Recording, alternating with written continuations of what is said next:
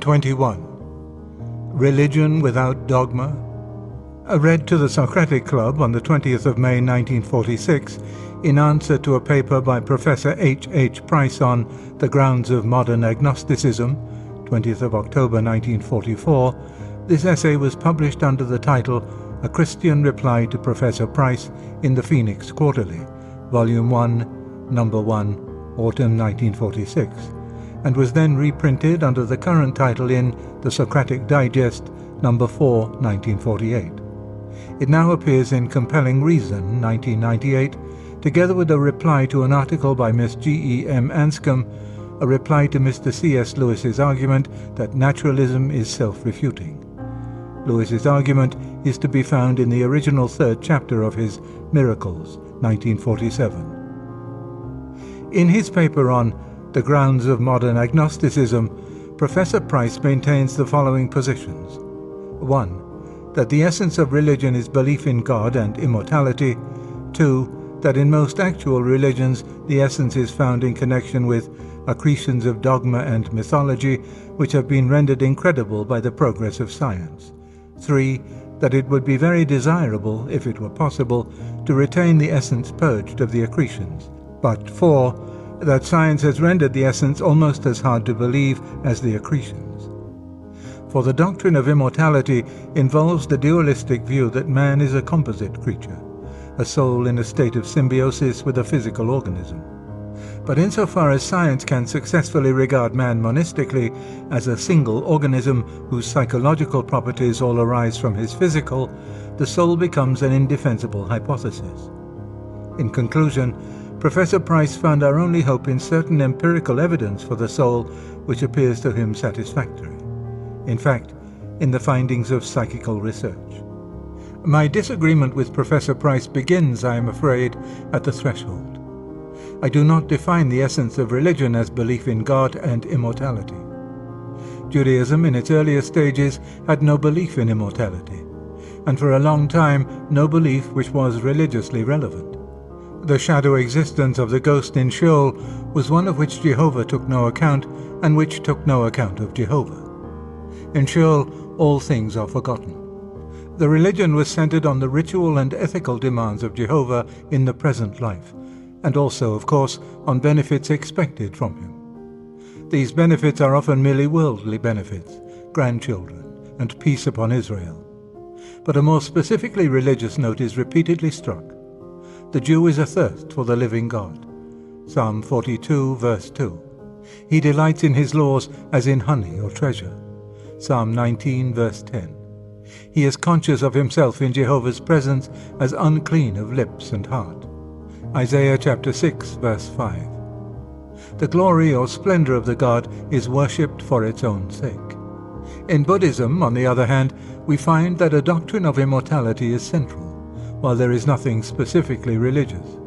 Salvation from immortality, deliverance from reincarnation, is the very core of its message. The existence of the gods is not necessarily decried, but it is of no religious significance. In Stoicism again, both the religious quality and the belief in immortality are variables, but they do not vary in direct ratio. Even within Christianity itself, we find a striking expression, not without influence from Stoicism, of the subordinate position of immortality. When Henry Moore ends a poem on the spiritual life by saying that if, after all, he should turn out to be mortal, he would be satisfied. A lonesome mortal God to have died. From my own point of view, the examples of Judaism and Buddhism are of immense importance. The system which is meaningless without a doctrine of immortality regards immortality as a nightmare, not as a prize. The religion which, of all ancient religions, is most specifically religious, that is, at once most ethical and most numinous, is hardly interested in the question. Believing, as I do, that Jehovah is a real being, indeed the ens realissimum, I cannot sufficiently admire the divine tact of thus training the chosen race for centuries in a religion before even hinting the shining secret of eternal life. He behaves like the rich lover in a romance, who woos the maiden on his own merits, disguised as a poor man, and only when he has won her reveals that he has a throne and palace to offer. For I cannot help thinking that any religion which begins with a thirst for immortality is damned as a religion from the outset. Until a certain spiritual level has been reached, the promise of immortality will always operate as a bribe, which vitiates the whole religion and infinitely inflames those very self-regards which religion must cut down and uproot. For the essence of religion, in my view, is the thirst for an end higher than natural ends, the finite self's desire for and acquiescence in and self-rejection in favor of an object wholly good and wholly good for it. That the self-rejection will turn out to be also a self-finding, that bread cast upon the waters will be found after many days, that to die is to live. These are sacred paradoxes of which the human race must not be told too soon.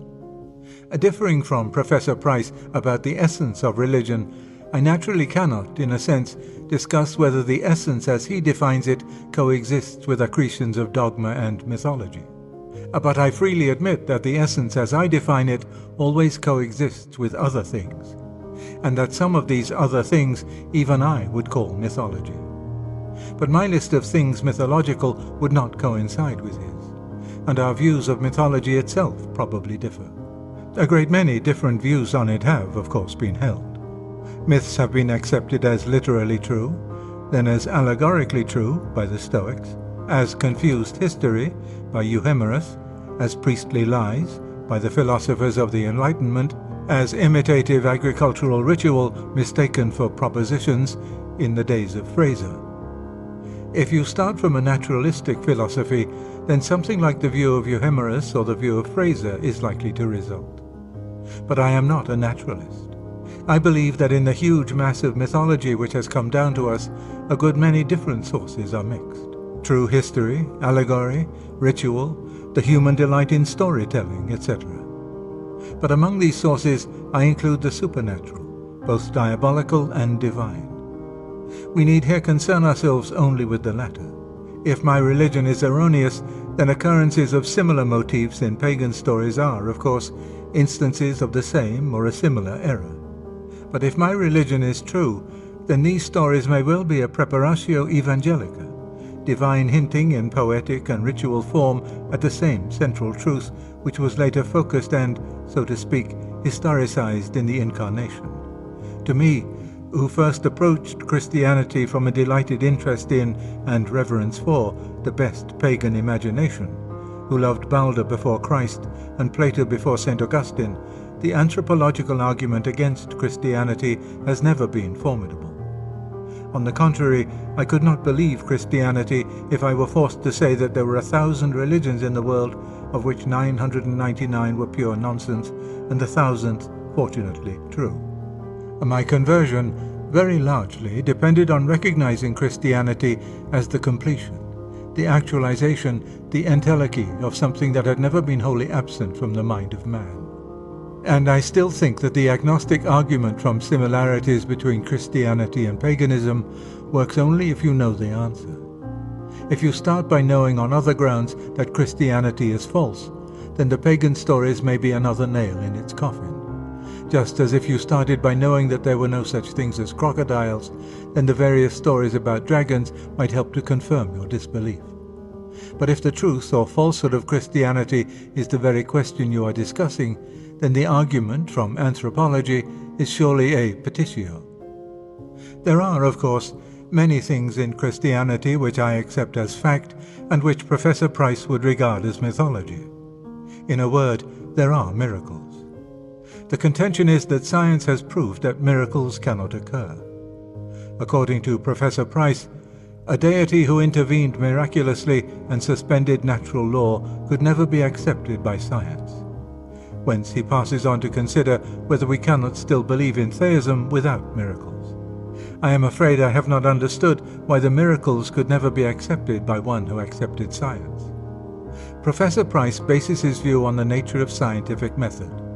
He says that that method is based on two assumptions. The first is that all events are subject to laws, and he adds, "It does not matter for our purpose whether the laws are deterministic or only statistical. but I submit that it matters to the scientist's view of the miraculous. The notion that natural laws may be merely statistical results from the modern belief that the individual unit of matter obeys no laws. Statistics were introduced to explain why, despite the lawlessness of the individual unit, the behavior of gross bodies was regular. The explanation was that, by a principle well known to actuaries, the law of averages leveled out the individual eccentricities of the innumerable units contained in even the smallest gross body. But with this conception of the lawless units, the whole impregnability of 19th century naturalism has, as it seems to me, been abandoned. What is the use of saying that all events are subject to laws, if you also say that every event which befalls the individual unit of matter is not subject to laws? Indeed, if we define nature as the system of events in space-time governed by interlocking laws, then the new physics has really admitted that something other than nature exists. For if nature means the interlocking system, then the behavior of the individual unit is outside nature. We have admitted what may be called the sub-natural. After that admission, what confidence is left us that there may not be a supernatural as well? It may be true that the lawlessness of the little events fed into nature from the subnatural is always ironed out by the law of averages. It does not follow that great events could not be fed into her by the supernatural, nor that they also would allow themselves to be ironed out. The second assumption, which Professor Price attributes to the scientific method, is that laws can only be discovered by the study of publicly observable regularities. Of course they can. This does not seem to me to be an assumption so much as a self-evident proposition. But what is it to the purpose? If a miracle occurs, it is, by definition, an interruption of regularity. To discover a regularity is, by definition, not to discover its interruptions, even if they occur. You cannot discover a railway accident from studying Bradshaw, only by being there when it happens or hearing about it afterwards from someone who was.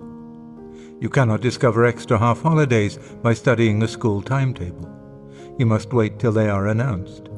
But surely this does not mean that a student of Bradshaw is logically forced to deny the possibility of railway accidents. This point of scientific method merely shows, what no one to my knowledge ever denied, that if miracles did occur, science, as science, would not prove or disprove their occurrence. What cannot be trusted to recur is not material for science. That is why history is not one of the sciences. You cannot find out what Napoleon did at the Battle of Austerlitz by asking him to come and fight it again in a laboratory, with the same combatants, the same terrain, the same weather, and in the same age. You have to go to the records. We have not, in fact, proved that science excludes miracles. We have only proved that the question of miracles, like innumerable other questions, excludes laboratory treatment. If I thus hand over miracles from science to history, but not of course to historians, who beg the question by beginning with materialistic assumptions, Professor Price thinks I shall not fare much better. Here I must speak with caution, for I do not profess to be a historian or a textual critic. I would refer you to Sir Arnold Blunt's book, The Third Day. If Sir Arnold is right, then the biblical criticism which began in the 19th century has already shot its bolt, and most of its conclusions have been successfully disputed, although it will, like 19th century materialism, long continue to dominate popular thought. What I can say with more certainty is that that kind of criticism, the kind which discovers that every old book was made by 6 anonymous authors, well provided with scissors and paste, and that every anecdote of the slightest interest is unhistorical, has already begun to die out in the studies I know best. The period of arbitrary skepticism about the canon and text of Shakespeare is now over, and it is reasonable to expect that this method will soon be used only on Christian documents and survive only in the Thinkers' Library and the theological colleges. I find myself, therefore, compelled to disagree with Professor Price's second point. I do not think that science has shown, or by its nature could ever show, that the miraculous element in religion is erroneous. I am not speaking, of course, about the psychological effects of science on those who practice it or read its results. That the continued application of scientific methods breeds a temper of mind unfavorable to the miraculous may well be the case. But even here there would seem to be some difference among the sciences. Certainly, if we think not of the miraculous in particular, but of religion in general, there is such a difference. Mathematicians, astronomers, and physicists are often religious, even mystical. Biologists much less often. Economists and psychologists very seldom indeed. It is as their subject matter comes nearer to man himself that their anti-religious bias hardens. And that brings me to Professor Price's fourth point, for I would rather postpone consideration of his third. His fourth point, it will be remembered, was that science had undermined not only what he regards as the mythological accretions of religion, but also what he regards as its essence. That essence is for him theism and immortality. Insofar as natural science can give a satisfactory account of man as a purely biological entity, it excludes the soul and therefore excludes immortality. That, no doubt, is why the scientists who are most, or most nearly, concerned with man himself are the most anti-religious. Now, most assuredly, if naturalism is right, then it is at this point, at the study of man himself, that it wins its final victory and overthrows all our hopes. Not only our hope of immortality, but our hope of finding significance in our lives here and now. On the other hand, if naturalism is wrong, it will be here that it will reveal its fatal philosophical defect, and that is what I think it does. On the fully naturalistic view, all events are determined by laws. Our logical behavior, in other words our thoughts, and our ethical behavior, including our ideals as well as our acts of will, are governed by biochemical laws. These, in turn, by physical laws, which are themselves actuarial statements about the lawless movements of matter. These units never intended to produce the regular universe we see. The law of averages, successor to Lucretius's exiguum clinamen, has produced it out of the collision of these random variations in movement. The physical universe never intended to produce organisms. The relevant chemicals on Earth and the sun's heat, thus juxtaposed, gave rise to this disquieting disease of matter, organization. Natural selection, operating on the minute differences between one organism and another, blundered into that sort of phosphorescence or mirage which we call consciousness. And that, in some cortexes beneath some skulls, at certain moments, still in obedience to physical laws, but to physical laws now filtered through laws of a more complicated kind, takes the form we call thought. Such, for instance, is the origin of this paper. Such was the origin of Professor Price's paper. What we should speak of as his thoughts were merely the last link of a causal chain in which all the previous links were irrational. He spoke as he did because the matter of his brain was behaving in a certain way, and the whole history of the universe up to that moment had forced it to behave in that way. What we call his thought was essentially a phenomenon of the same sort as his other secretions, the form which the vast irrational process of nature was bound to take at a particular point of space and time. Of course, it did not feel like that to him or to us while it was going on. He appeared to himself to be studying the nature of things, to be in some way aware of the realities, even supersensuous realities outside his own head. But if strict naturalism is right, he was deluded. He was merely enjoying the conscious reflection of irrationally determined events in his own head. It appeared to him that his thoughts, as he called them, could have to outer realities that wholly immaterial relation which we call truth or falsehood. Although, in fact, being but the shadow of cerebral events, it is not easy to see that they could have any relations to the outer world except causal relations. And when Professor Price defended scientists, speaking of their devotion to truth and their constant following of the best light they knew, it seemed to him that he was choosing an attitude in obedience to an ideal.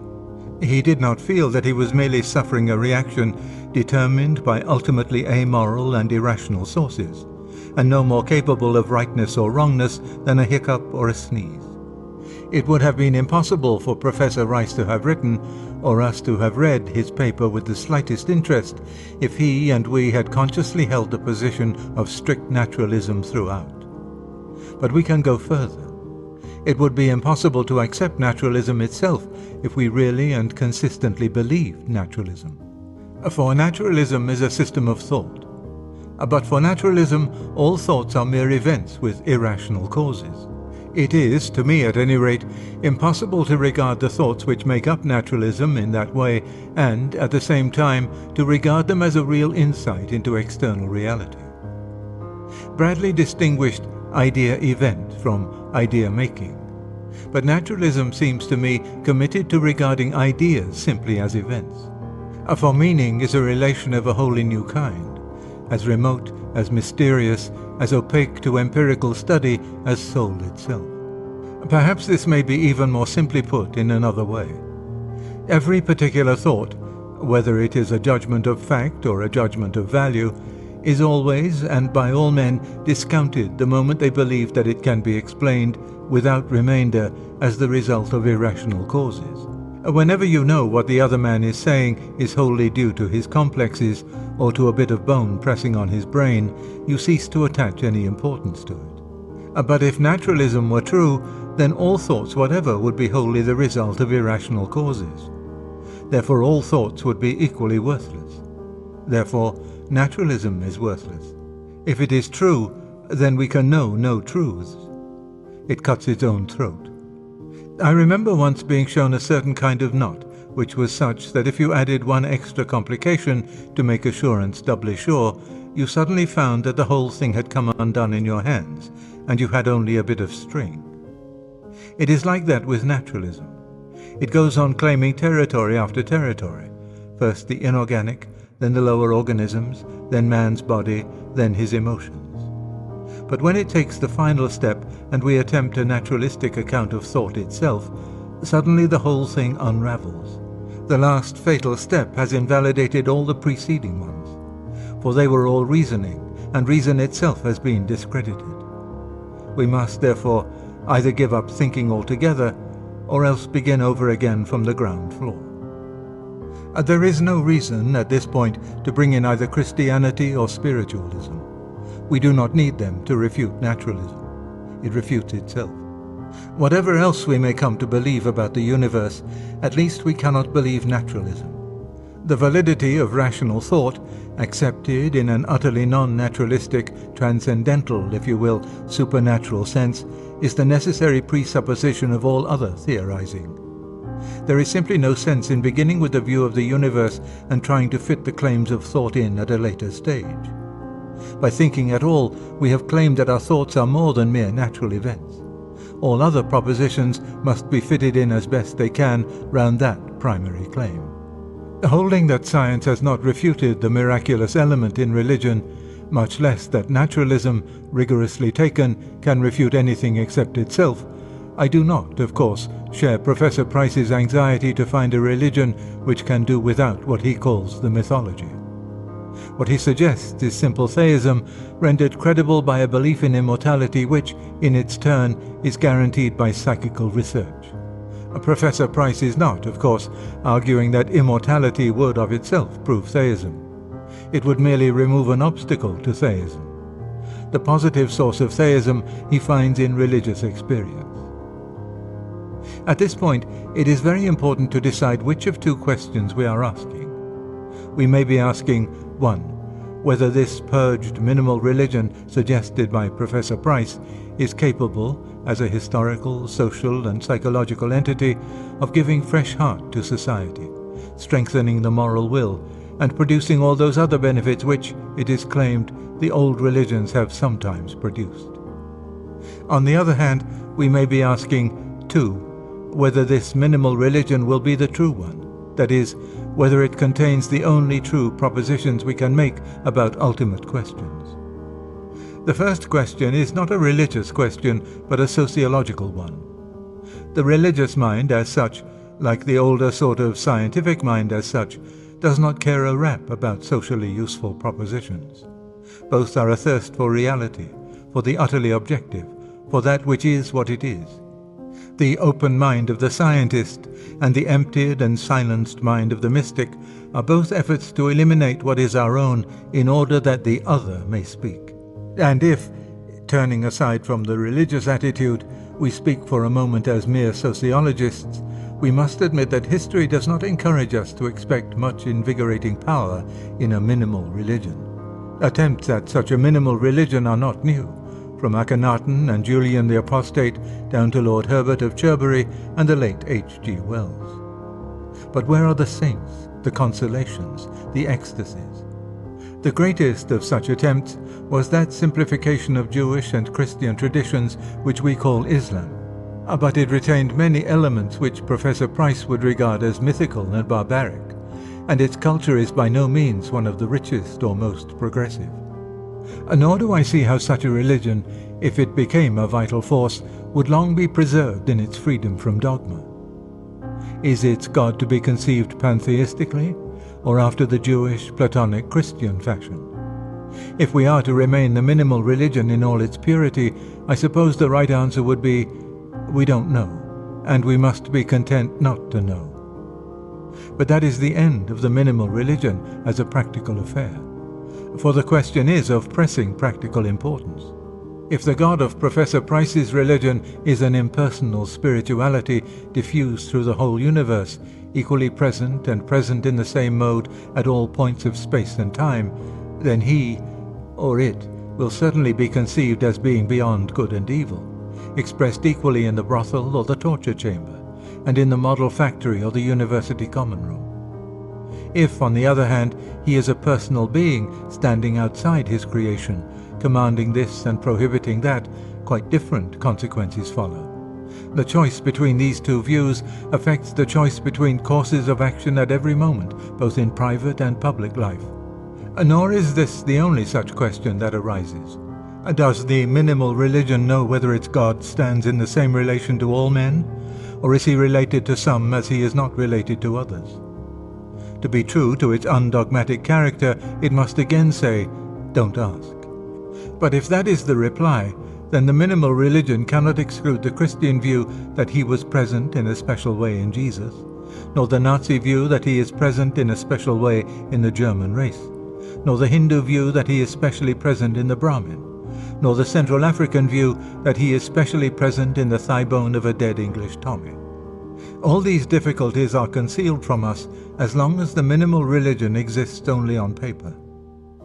But suppose it were somehow established all over what is left of the British Empire, and let us suppose that Professor Price has, most reluctantly and solely from a sense of duty, become its supreme head on earth.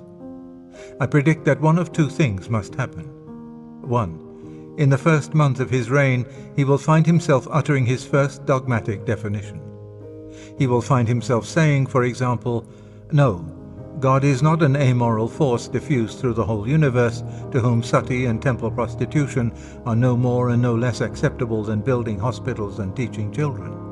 He is a righteous creator, separate from his creation, who demands of you justice and mercy. Or 2.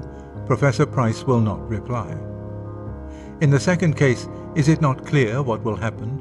Those who have come to his minimal religion from Christianity will conceive God in the Jewish, Platonic, Christian way. Those who have come from Hinduism will conceive him pantheistically, and the plain men who have come from nowhere will conceive him as a righteous creator in their moments of moral indignation, and as a pantheistic God in their moments of self-indulgence. And the ex-Marxist will think he is specially present in the proletariat, and the ex-Nazi will think he is specially present in the German people. And they will hold world conferences at which they all speak the same language and reach the most edifying agreement. But they will all mean totally different things. The minimal religion, in fact, cannot, while it remains minimal, be acted on. As soon as you do anything, you have assumed one of the dogmas. In practice, it will not be a religion at all. It will be merely a new coloring given to all the different things people were doing already. I submitted to Professor Price with great respect that when he spoke of mere theism, he was all the time unconsciously assuming a particular conception of God. That is, he was assuming a dogma about God. And I do not think he was deducing it solely or chiefly from his own religious experience, or even from a study of religious experience in general. For religious experience can be made to yield almost any sort of God. I think Professor Price assumed a certain sort of God because he has been brought up in a certain way. Because Bishop Butler and Hooker and Thomas Aquinas and Augustine and St. Paul and Christ and Aristotle and Plato are, as we say, in his blood. He was not really starting from scratch. Had he done so, had God meant in his mind a being about whom no dogma whatever is held, I doubt whether he would have looked for even social salvation in such an empty concept. All the strength and value of the minimal religion, for him as for all others who accept it, is derived not from it, but from the tradition which he imports into it. The minimal religion will, in my opinion, leave us all doing what we were doing before. And now it, in itself, will not be an objection from Professor Price's point of view. He was not working for unity, but for some spiritual dynamism to see us through the black night of civilization. If psychical research has the effect of enabling people to continue, or to return to, all the diverse religions which naturalism has threatened, and if they can thus get power and hope and discipline, he will, I fancy, be content. But the trouble is that if this minimal religion leaves Buddhists still Buddhists, and Nazis still Nazis, then it will, I believe, leave us, as Western, mechanized, democratic, secularized men, exactly where we were. In what way will a belief in the immortality vouched for by psychical research and in an unknown God restore to us the virtue and energy of our ancestors? It seems to me that both beliefs, unless reinforced by something else, will be to modern man very shadowy and inoperative. If indeed we knew that God were righteous, that he had purposes for us, that he was the leader in a cosmic battle, and that some real issue hung on our conduct in the field, then it would be something to the purpose. Or if, again, the utterances which purport to come from the other world ever had the accent which really suggests another world, ever spoke, as even the inferior actual religions do, with that voice before which our mortal nature trembles with awe or joy, then that also would be to the purpose. But the God of minimal theism remains powerless to excite either fear or love, can be given power to do so only from those traditional resources to which, in Professor Price's conception, science will never permit our return.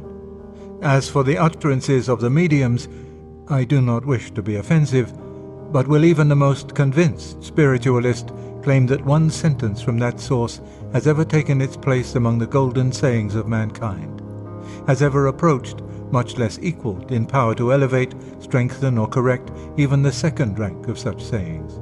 Will anyone deny that the vast majority of spirit messages sink pitiably below the best that has been thought and said even in this world? That in most of them we find a banality and provincialism, a paradoxical union of the prim with the enthusiastic, of flatness and gush, which would suggest that the souls of the moderately respectable are in the keeping of Annie Besant and Martin Tupper.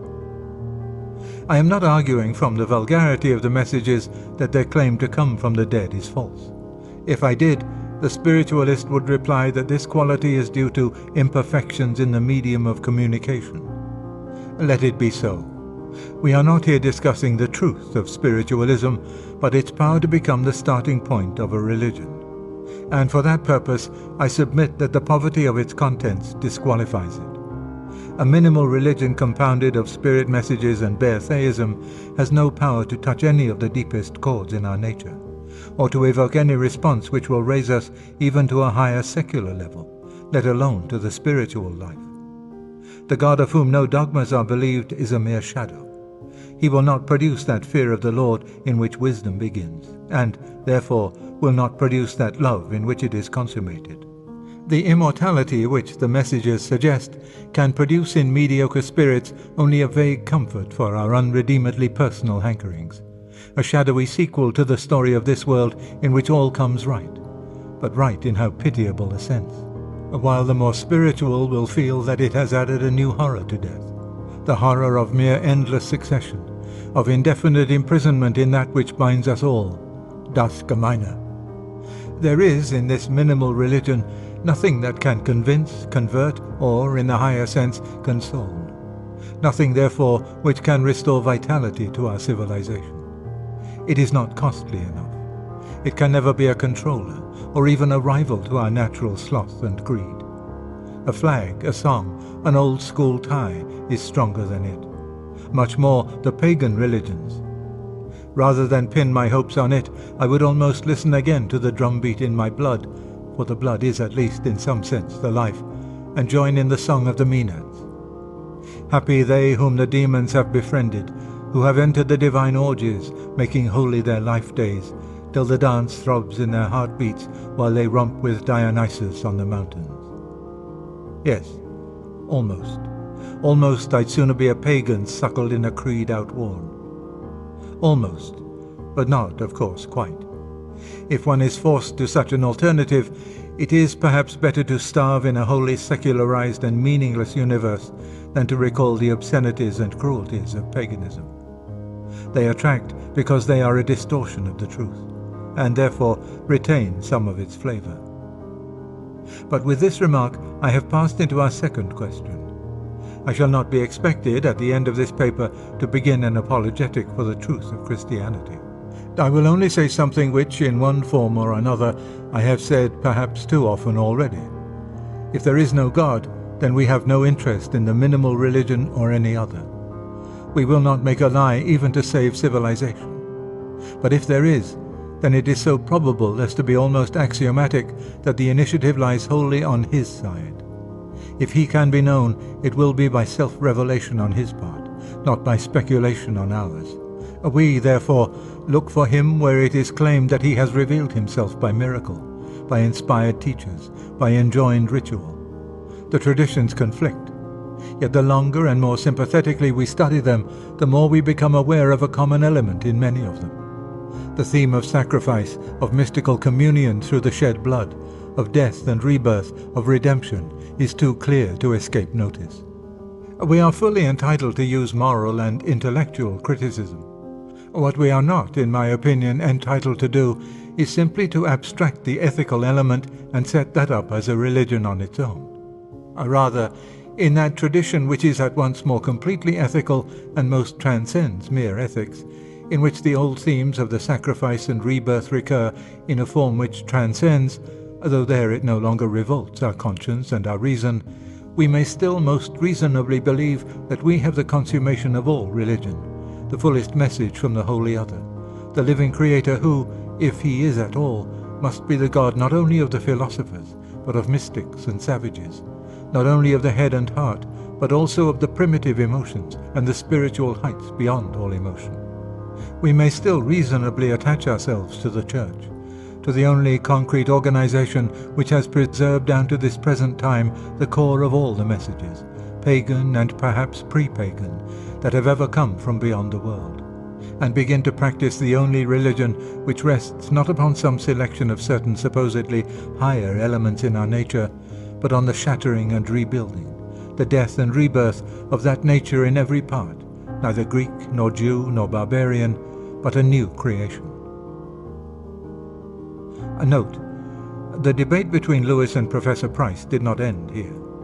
In the Socratic Digest, number 4, 1948, there follows a reply to Lewis's Religion Without Dogma by Professor Price, pages 94 to 102. Then, at a meeting of the Socratic Club on the 2nd of February 1948, Miss G.E.M. Anscombe read a paper entitled A Reply to Mr. C.S. Lewis's Argument that Naturalism is Self-Refuting, afterwards published in the same issue of the Digest, pages 7 to 15, as Professor Price's reply.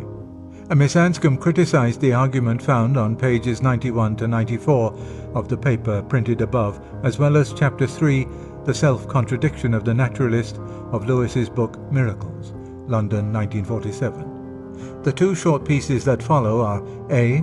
The Socratic Minute Book account of Lewis's reply to Miss Anscombe, and B. A reply written by Lewis himself, both reprinted from the same issue of the Digest mentioned above, pages 15 to 16. Aware that the third chapter of his Miracles was ambiguous, Lewis revised this chapter for the Fontana 1960 issue of Miracles, in which Chapter 3 is retitled The Cardinal Difficulty of Naturalism. A. In his reply, Mr. C.S. Lewis agreed that the words cause and ground were far from synonymous, but said that the recognition of a ground could be the cause of assent. and that assent was only rational when such was its cause.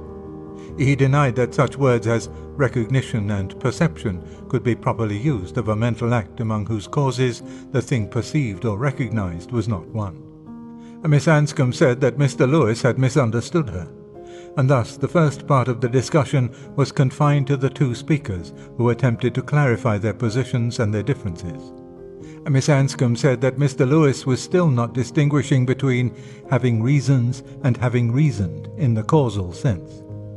Mr. Lewis understood the speaker to be making a tetrachotomy thus: 1. Logical reasons, 2. Having reasons, i.e. psychological, 3. Historical causes, 4. Scientific causes or observed regularities. The main point in his reply was that an observed regularity was only the symptom of a cause, and not the cause itself, and in reply to an interruption by the secretary, he referred to his notion of cause as magical. An open discussion followed, in which some members tried to show Miss Anscombe that there was a connection between ground and cause, while others contended against the President, Lewis, that the test for the validity of reason could never in any event be such a thing as the state of the bloodstream. The President finally admitted that the word valid was an unfortunate one. From the discussion in general, it appeared that Mr. Lewis would have to turn his argument into a rigorous analytic one if his notion of validity as the effect of causes were to stand the test of all the questions put to him. B. I admit that valid was a bad word for what I meant. Veridical or verific or veriferous would have been better. I also admit that the cause and effect relation between events and the ground and consequent relations between propositions are distinct. Since English uses the word because of both, let us here use because CE for the cause and effect relation. This doll always falls on its feet because CE, its feet are weighted, and because GC for the ground and consequent relation. A equals C because GC, they both equal B. But the sharper this distinction becomes, the more my difficulty increases. If an argument is to be verific, the conclusion must be related to the premises as consequent to ground, i.e., the conclusion is there because GC, certain other propositions are true. On the other hand, our thinking the conclusion is an event and must be related to previous events as effect to cause, i.e., this act of thinking must occur because CE, previous events have occurred. It would seem, therefore, that we never think the conclusion because GC, it is the consequent of its grounds, but only because CE, certain previous events have happened. If so, it does not seem that the GC sequence makes us more likely to think the true conclusion than not. And this is very much what I meant by the difficulty in naturalism.